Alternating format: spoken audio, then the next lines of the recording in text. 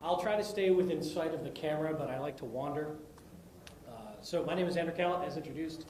I'm not going to give you a whole long back bio. I'm an InfoSec guy. That's all that really matters for this talk. This talk isn't so much about me. This talk is really about Michael Hamlin. How many of you knew Michael? I know he was very well known by the industry. Wow. Decent chunk, but not everybody. So for those who didn't know Michael, he was very well known and very active in the information security community. And we'll get into all the details, but that's really who I want to focus on today. And so a couple of upbeats. There will be no cyber in this talk whatsoever. No cyber.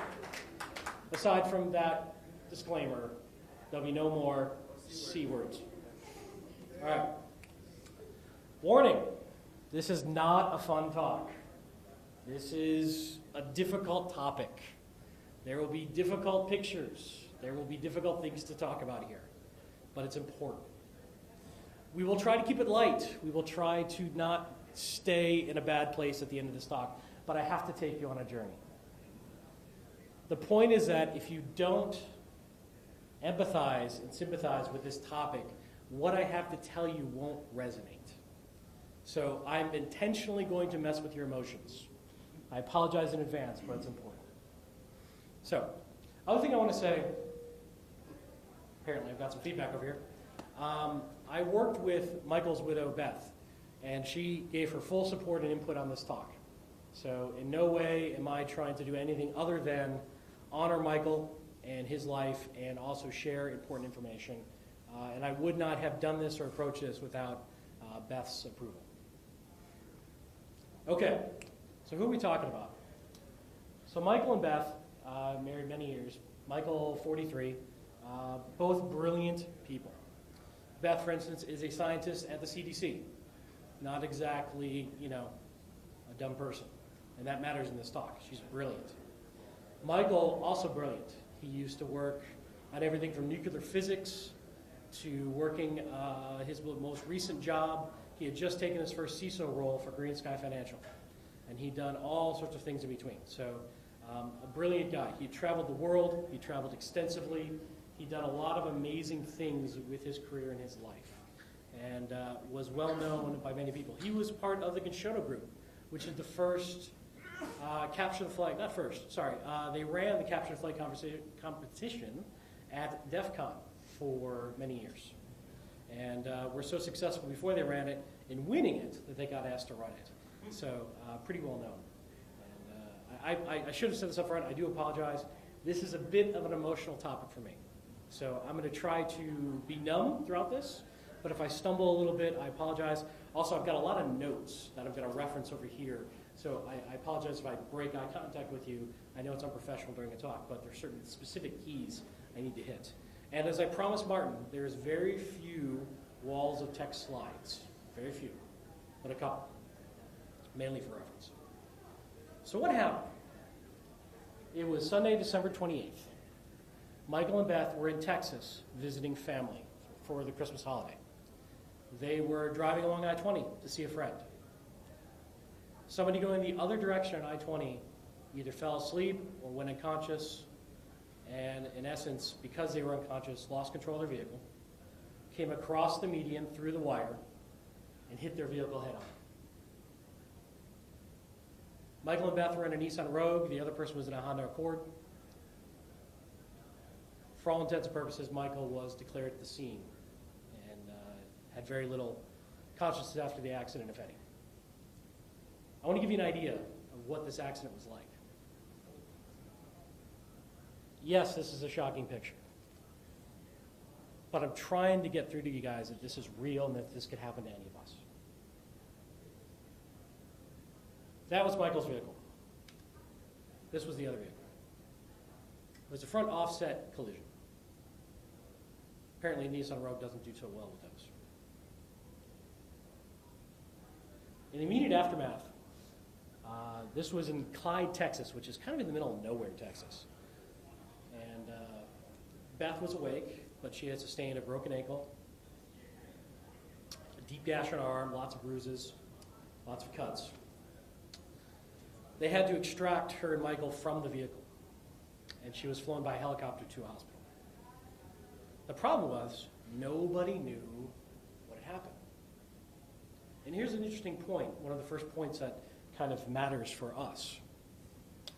We rely on these little guys to contact everybody and to know our phone numbers.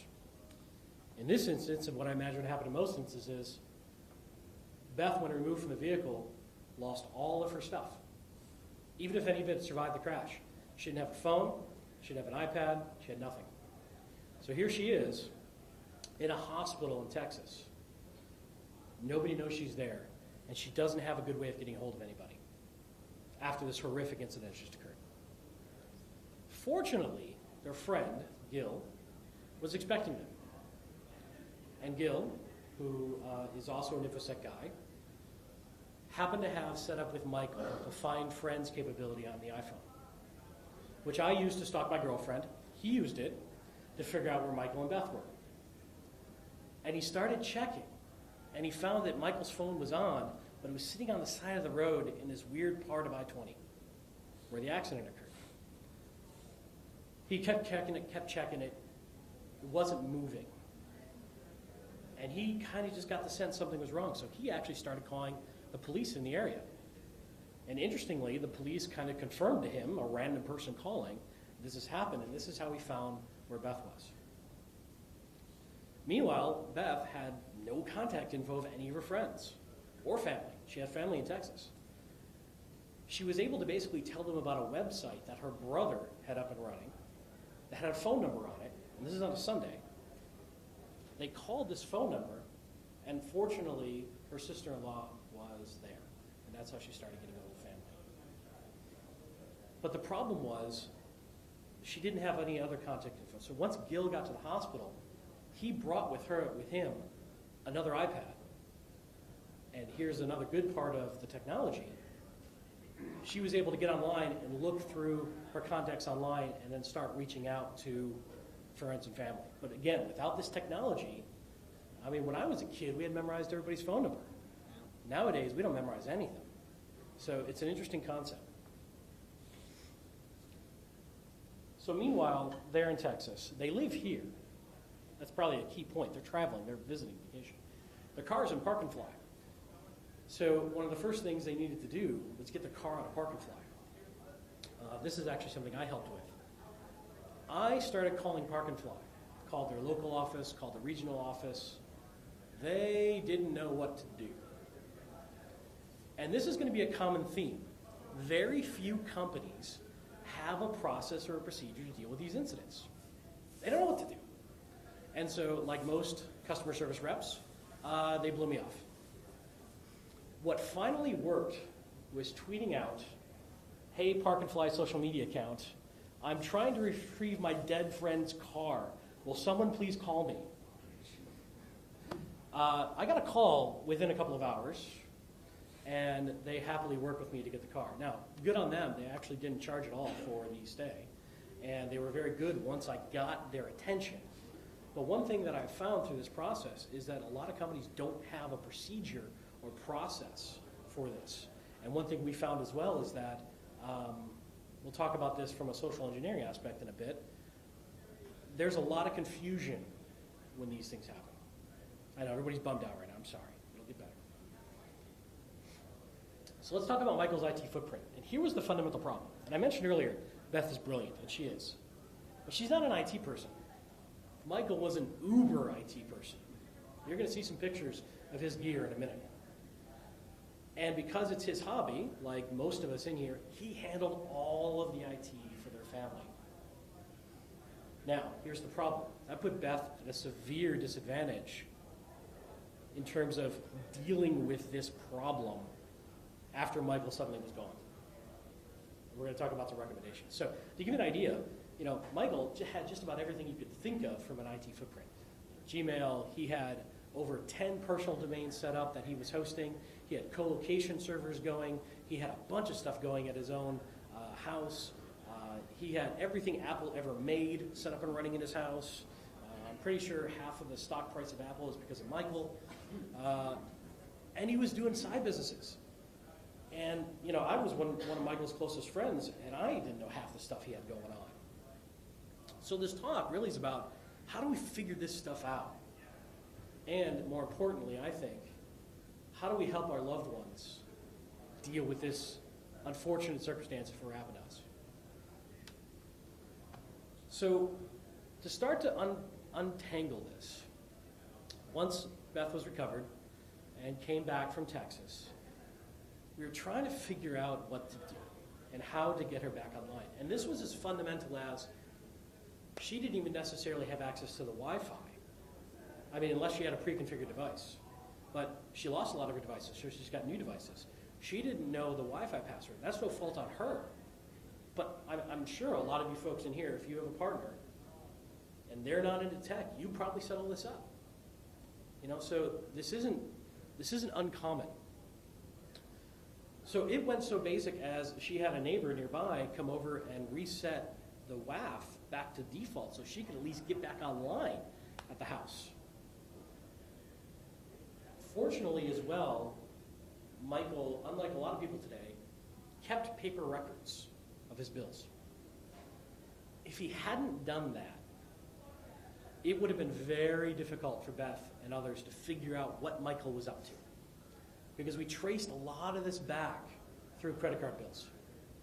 But a lot of us do online billing today and online receipts and all that sort of stuff. So it's very difficult to find this stuff because keep in mind, most all this is going to your email. And so we're going to talk about how difficult it was to get back into email, especially if it's Google. Google is incredibly difficult to get back into.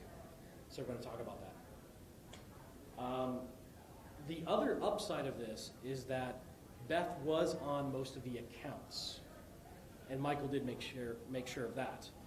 But like most couples, they split duties in their household. They had different areas of strengths and weaknesses, and this has nothing to do with gender roles. It just has to do with Michael did all the IT stuff because that was his gig, but it put Beth in a bind in this circumstance. Michael also had a bunch of boxes at a colo and was hosting a bunch of stuff, and we weren't even sure what's there. So first of all, keep in mind that colos prohibit access to people who aren't authorized. So the first thing we had to do was have Beth reach out to them and say, hi, this is weird, but my husband just died, and he's got a bunch of boxes there. We've got to come figure out what they are. And like many of the things that we encountered, they had no process or procedure for this or knew what to do. The upside is they believed Beth, which is helpful. And she got me authorized as a person to come visit. So, the Colo, by the way, is Colo Blocks. I do want to thank them publicly because they did a great job in helping us figure this out and gave us all the help we needed. They're up just off of Cobb Parkway at Spring, if you ever have a need for a Colo in that area. So what we found was Michael had 5 boxes up and running in the Colo. And that's pretty much all I knew going in. And because I'm lazy or efficient, I took pictures, right? And this is the front, this is the back, a lot of stuff going on. Now, for all you IT folks, you're looking at this going, yeah, no big deal. But imagine if you don't know IT, and you walked into this, and you're like, I have no idea what this is or where to even start. Fortunately, Beth knew to reach out to some people like myself who could help. But imagine if your partner couldn't. There are things you can do to help them. So again, being lazy, I started figuring out, okay, what's on these? So we grabbed the crash card. Fortunately, all these guys had VGA. Plugged it in, started getting a screen up to see what they are. We knew we had 5 boxes. We knew we had 10 active IPs. Found out he had 3 ESX boxes and 2 Linux boxes. All different versions, because why standardize? Yeah, hey, that was you, not me. So again, because I'm lazy, I just took pictures. But what I started capturing was what versions, what flavors, what were these things. Because as most of you are thinking, well, this isn't so bad. We can create boot CDs and reset root, right? Right? And that was a great idea until we hit a little point later. Bingo. So various different flavors. Here's ESX3i, 3.5. By the way, one of these, I can't remember which one, Here we got, again, 3.5. Here we've got CentOS 5.1. Here we've got ESXi 5.0. So we were all over the map on what versions he had running here, much less what was on them. So once I took all that back, I made the boot USBs and the boot CDs, and had to do a cold boot on these guys, which is dangerous, but what else am I going to do to reset root so I could get in to see what was going on? One of these, by the way, ESXi 5.0, they decided to be more secure and said, nope, sorry, you can't do that officially. The only official way is to reinstall the host OS. There are some unofficial ways to get past this. You can Google for them, which I did, but it's, could break stuff and is dangerous. But most of these were easy. And when I got in and found this, I found out he had a bunch of different guest hosts running, because why combine functionality when I can put them on multiple guest hosts? So we had one host that was just DNS. We had one host that was just email. We had one host that was just Apache. And then a couple different web servers spread out. Started figuring out what was out there. What we found as well, and this was a huge find, was we figured out where he had registered his domains. And fortunately for us, he had registered all of them in one location. If he had spread them out, this would have been really hard. And Beth discovered this from a credit card bill. Now again, keep in mind, this might only bill once per year. So in the meantime, we're lost. Fortunately, Paper Record found it, knew it, could get into it. The other interesting thing that I'll mention now is that most of the time credit card statements don't have the full credit card number. And most of the time when you're calling these services, they want the full credit card number as a verification of your account. We didn't have that. But what I'll tell you is, when you play the "my husband just died" card, it helps. And people will usually bend the rules for you. So for the domain registrar, Beth called first and was able to reset the password to something we knew.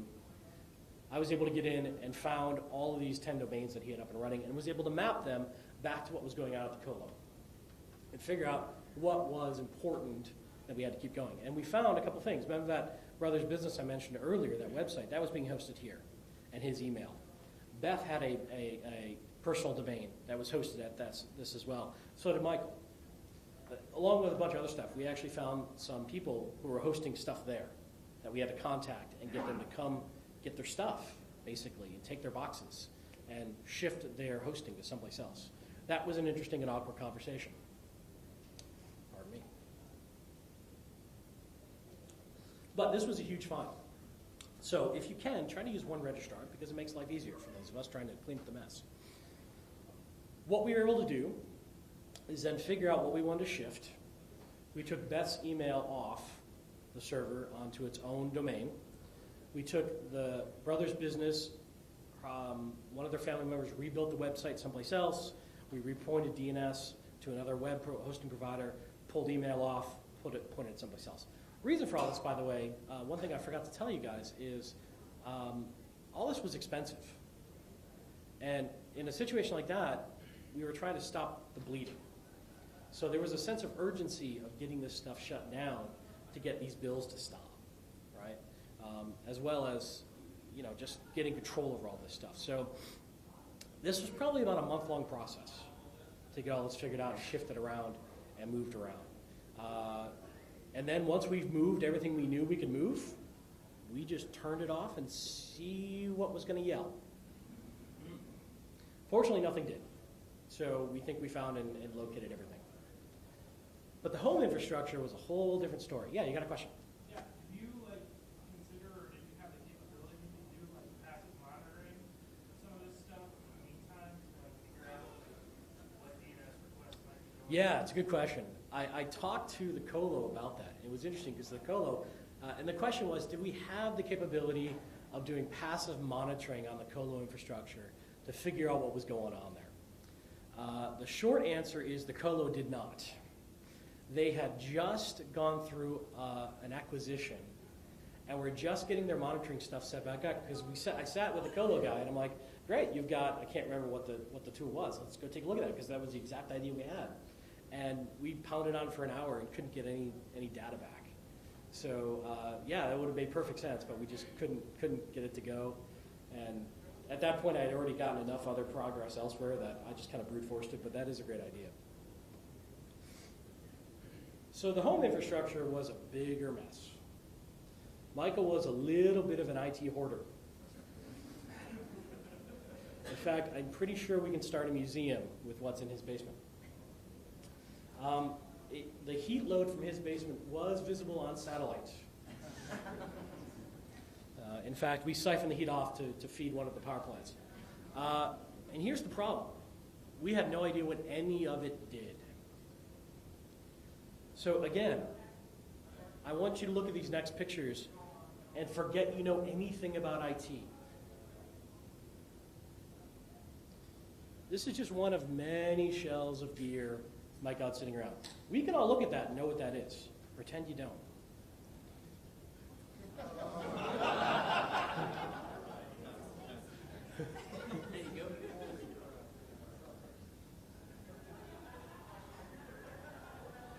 This is about 10%.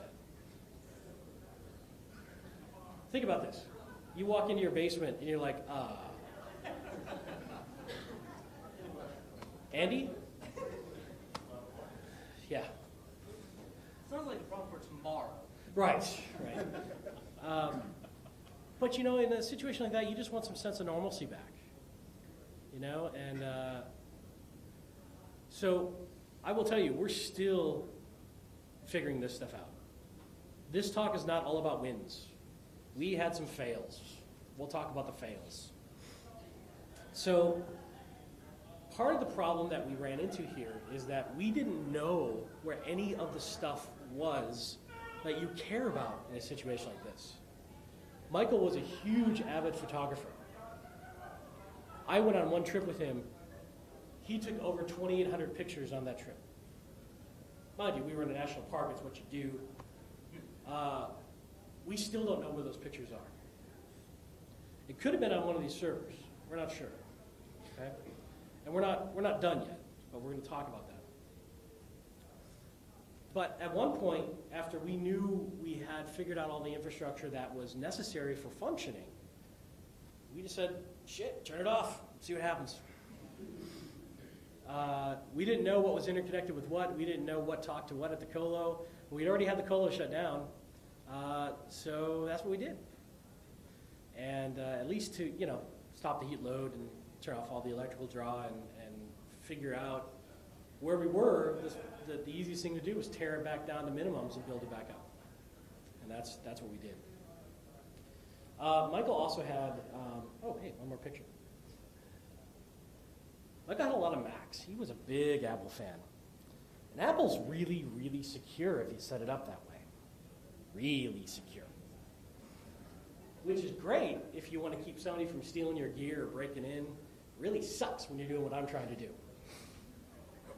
So Michael had a MacBook Pro, had a Mac Mini, had a bunch of other stuff. I'm like, no problem. I'll just create the OS X install disk on USB. We'll have some dinner. I'll be into these in 10 minutes, and we'll have a nice old time, drink some wine. Here's all your stuff. Have a good day. So my girlfriend and I head on up to Beth's house, and they start making dinner, and I pull up my little handy-dandy hacking USB key, thinking I'm going to be the hero. And I boot up off it, and I go to reset the root password, and it goes, nope. What do you mean, no?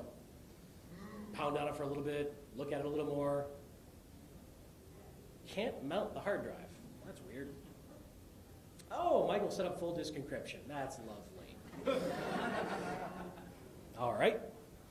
Anybody got an idea what the password is? Yeah, no, this is Michael. It was probably a 38,000 character password. Yeah. Yeah, seriously. Believe it or not, I tried stuff like that. ABC123 password just for giggles. Okay, that sucks. However, Mac offers a recovery key option. It looks like an activation key for like Windows. It's a 16-digit or 12-digit character recovery key. Great. Let's see if we can find one of those. Couldn't. However, you can store the recovery key at apple.com. Excellent. We know, Beth had figured out, that Michael had used one of his own domains as his specific domain for registering to Apple.com. I'm like, sweet, I'll spin that baby back up, and I'll go do a restore at Apple.com and change the password I'm in and see if he's got his recovery key there. Yeah, no. Again, Apple's really secure.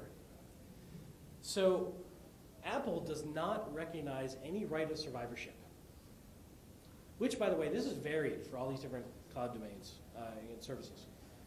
Apple pretty much says, we don't care, sorry. This is the way we are. It's not going to work. So we figured out that he was using mysecuritypartner.com as his email and got that spun back up, got it hosted on just a generic domain registrar provider, all good. Went to apple.com, said, hey, I forgot my password. They're like, great. What's your recovery key? Do you know? They said, no problem. You don't need a recovery key. You just got to be on a trusted device. Can't do that either.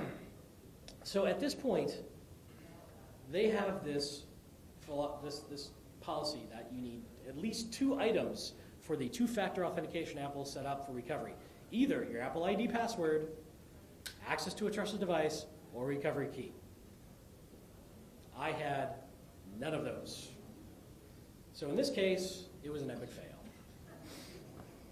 And this is still ongoing, by the way. We are still trying to figure it out. Our next attempt is going to be calling and playing the I'm a sad widow card. Yes, Phil? Call the NSA. Well, you know, I did. I did, and then a van showed up outside my house, and they weren't helpful. But I sent them a pizza. So this got into a lot of other sort of online services and how they work and what their policies are. And what I found throughout this process in doing some research for this talk, many different online services have highly varied policies when it comes to this. For instance, Google, and this is, wall of text, but it's actually a picture of a wall of text, so that's, breaking the rule. They basically say, hey, we recognize that if you don't know what to do, you can come and ask for information about somebody's account. And here's the various things you can do. By the way, you need a death certificate and all this other stuff and an ounce of blood in your firstborn, and fill out a form, and we'll get back to you. We filled out that form 2 months ago. We have not heard from Google. So do not count on this working for you in a timely manner. And ultimately, what they probably would do is send you a DVD with some specific information you requested. They're not going to give you access to the account. They're not going to change the password to something you know. They say that explicitly. Oh, and they also say, by the way, this is an interesting counterpoint to Microsoft, if you happen to know the password of the account, you're not supposed to use it. That's against our policies. Microsoft, on the other hand, says, hey, if you know the password to the account and you're next to kin, rock on, have a nice day. So interesting comparison there. Google does have something interesting called the Inactive Account Manager, which is kind of some interesting voodoo. The concept of it is after a certain period of inactivity, you can trigger somebody to suddenly get access to your account or certain data of your account, or just being sent an email of, hey, I think I fell off the planet, you should check on me. And it's kind of odd because they don't exactly tell you how they do it, but how do they detect the lack of activity? They say, we look at several signals to understand whether you're still using Google accounts. And if you don't, after some random period of time, they will actually send to somebody you designate access to your stuff. So something to think about if you've got a lot of stuff on Google. Facebook actually has the most robust death policy. They have a couple different things. So first, they've got these memorialized accounts, which is kind of interesting. I will tell you, the older I get, and this is an obvious statement, but the older I get, the more people I know die. And it's really odd now running across their accounts online after they're dead. So what Facebook said is, hey, we know that this is sort of an online centralized gathering place, so we want to spin up this concept of memorializing their accounts. So it's sort of a virtual online mourning site, So you can post things on these. You can share them. People can view them, but it doesn't appear in recommended friends. It doesn't appear in birthdays. It doesn't appear in ads. It doesn't appear in anything that looks like they're active. And no one can actually log into the account. The account itself is not actually a real account anymore. It's more just like a placeholder for their account. Anything they shared stays visible. There's no password though.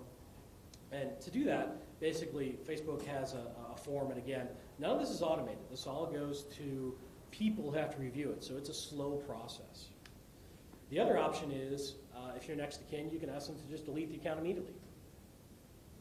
So one of my takeaways for you guys is, you may want to talk about with your next of kin what you want to happen to your online stuff after you die. I know it sounds kind of morbid, but would you want to still be running around online afterwards? I guess that's something you need to decide. They have a third option, which is just kind of the legacy contact. And basically it's allow you to say, hey, this is my next of kin when it comes to my Facebook account. And you can also set and designate, hey, this is the person who gets to run this. And oh, by the way, the only thing I want them to do is clean up and delete my account, if you want. So Facebook actually has a pretty robust policy on this. Twitter apparently wants you to, get into a mortgage with them for everything they want to know about us. And your only option with Twitter really is just shut down the account. But again, you can see, I won't read all this. It's a pretty lengthy thing. And here's the other thing, because Twitter doesn't have a real name policy, they ask for a lot to try to prove that this is who you say it is. Next of kin process at Microsoft, and it's kind of all encapsulated in their Outlook.com, is pretty interesting. They're willing to send you a DVD with all their information. And again, it's not too bad. They want to know the typical stuff. But again, they're not typically going to grant you online access. They're not typically going to give you access to the password. But they say elsewhere, hey, if you have the password, just use that, because it's the same thing we're going to send you in DVD anyway. Again, countering that to Google saying, don't ever use it, even if you know it. You're not allowed that. How would they know? Well, they would. Yeah. So I'm actually getting through this talk quicker than I thought, but we'll have some good time for Q&A. So here's some overall lessons learned that I have found. And this is the first time I've presented this talk, so I apologize if it went a little too quick. But we really haven't caught up from a technical aspect on next of kin issues like we have from a physical property aspect. And we are certainly growing faster and faster online and doing more and more things. And things happen. And so I don't know that we as a society have really figured out how to deal with that in the event of a sudden death. The other thing that I learned through this process is that when you play the somebody died card, especially when you are an immediate family member, people inherently believe you. Beth got dozens of death certificates printed up and rarely had to show them. So if you're a social engineer, be nice. Don't use this. It's beyond the pale, unless you really, really have to. And then don't blame me. Very few companies, unless you're one of those online cloud providers, have a policy on this. It's interesting. They're not used to this concept of their customers suddenly dying, and they don't know what to do. So it becomes a very personal process to work with those companies and get somebody on their side to understand the situation and give a damn enough to help you. Most of them will, but it breaks their process. So a call center person is their head will explode. They have no idea. They just, please hold, and they never come back to you. They just don't know, right? It's too hard for them on $8 an hour to deal with. So typically you've got to go up. To get philosophical for a second, I personally feel that helping prepare our partners to deal with life after we're gone is a form of love. It's how we show them that we care. So I have some recommendations. And here's where I got some wall of text, and I apologize to Martin. First one is legacy drawer. I'm going to come back to that because I've got a whole slide on that. One that I'm a big believer in is switching roles in your household once a month, or for a month, once a year. The concept being that if you are the primary payer of bills and the primary person who calls on the cable bill or whatever it is, make sure the other person knows how to do that. Make sure they know how to shut off the gas. Make sure they know where the water valve is. Not only does it empower them, but it prepares them if something unfortunate were to happen. The next one that is so difficult for us as security people to embrace is you may want to seriously consider using a password vault or some sort of shared password credentialing system and make sure they have access to it. Now, if you're having an affair, this talk cannot help you. Is that experience, Andy? This talk cannot help you. Yeah. Sealed envelope with the passwords in it. Yes, and we'll talk about that in the legacy drawer. Absolutely, absolutely. The only problem I have with that is I change my passwords too often.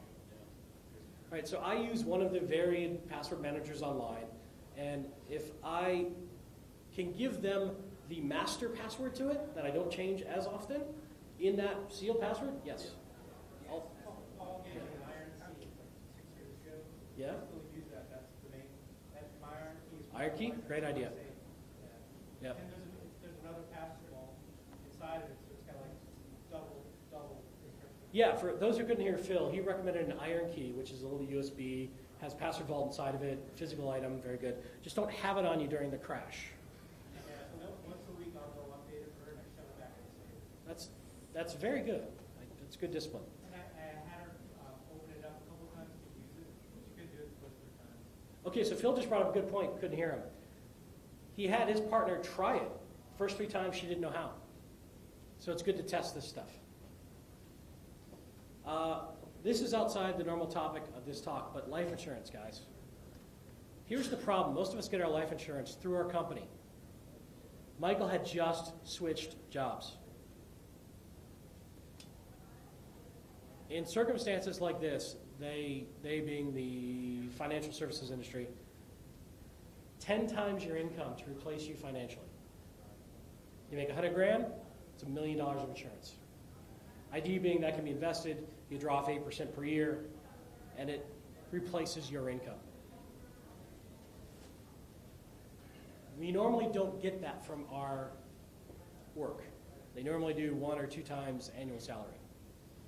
Term life insurance is super cheap. You get it for 20, 30 years, 10 times, a couple $100 a year. The last thing your family needs to deal with at a time like this is financial issues. So I know it sucks. I know it's not fun. Nothing in this talk is fun, but it matters. Here's the other thing. If you have shared digital memories, store them someplace shared. Have a backup drive that both of you know how to get access to. We're still looking for Michael's photo archives. We don't know where they're at. We think they're on one of these full disk encrypted drives. And, that sucks. Phil. I bet you should add simplify. Because I used to have racks in my house. I dumped all that for my wife. There you go. Keep critical IT gear uncomplicated. We'll come back to that. Let's talk about the legacy drawer. I stole this from DaveRamsey.com.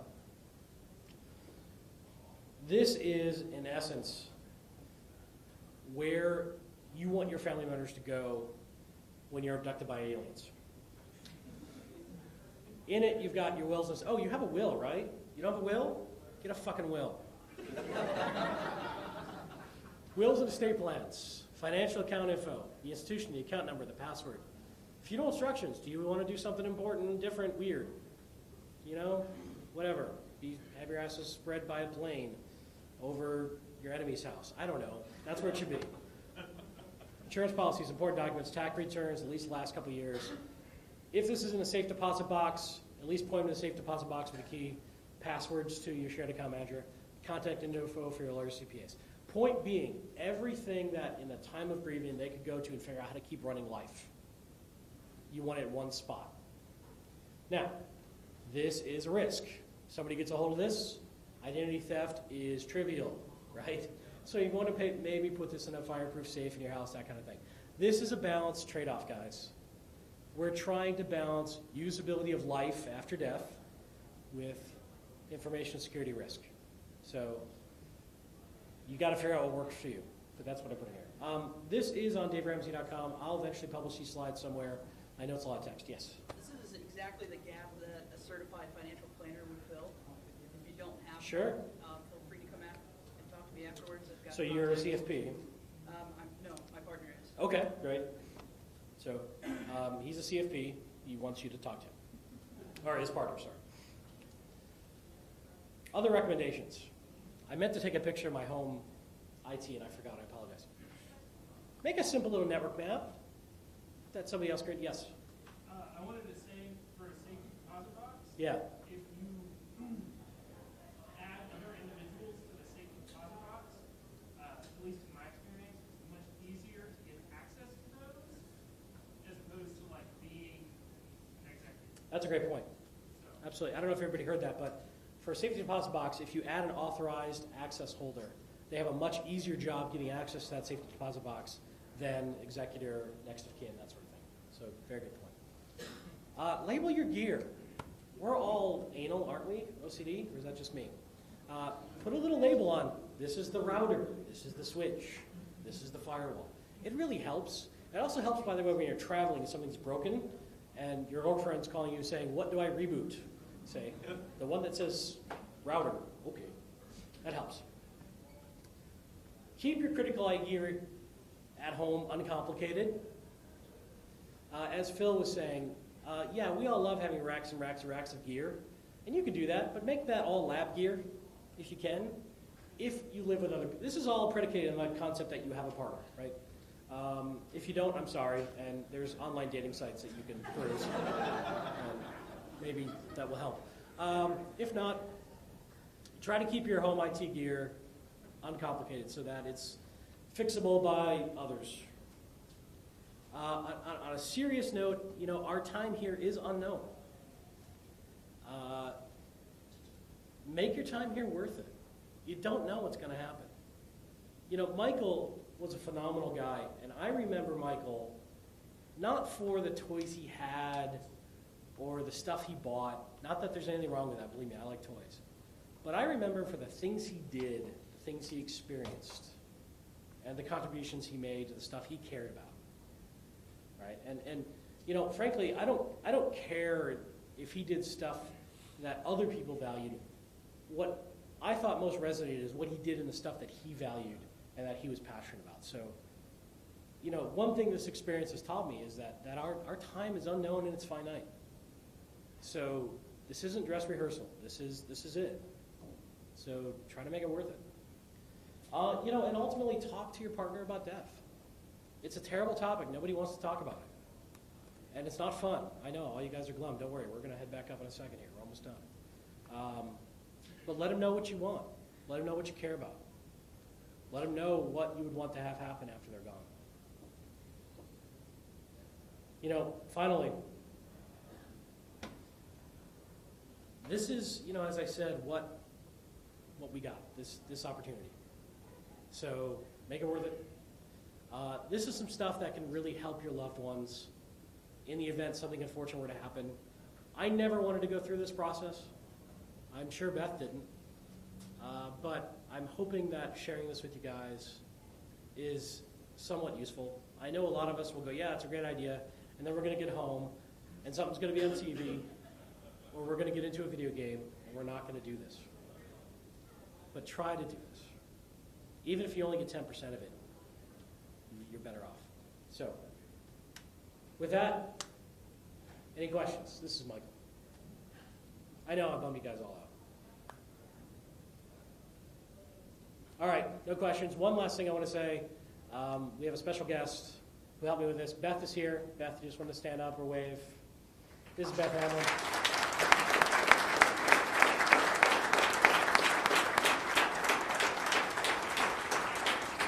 All right.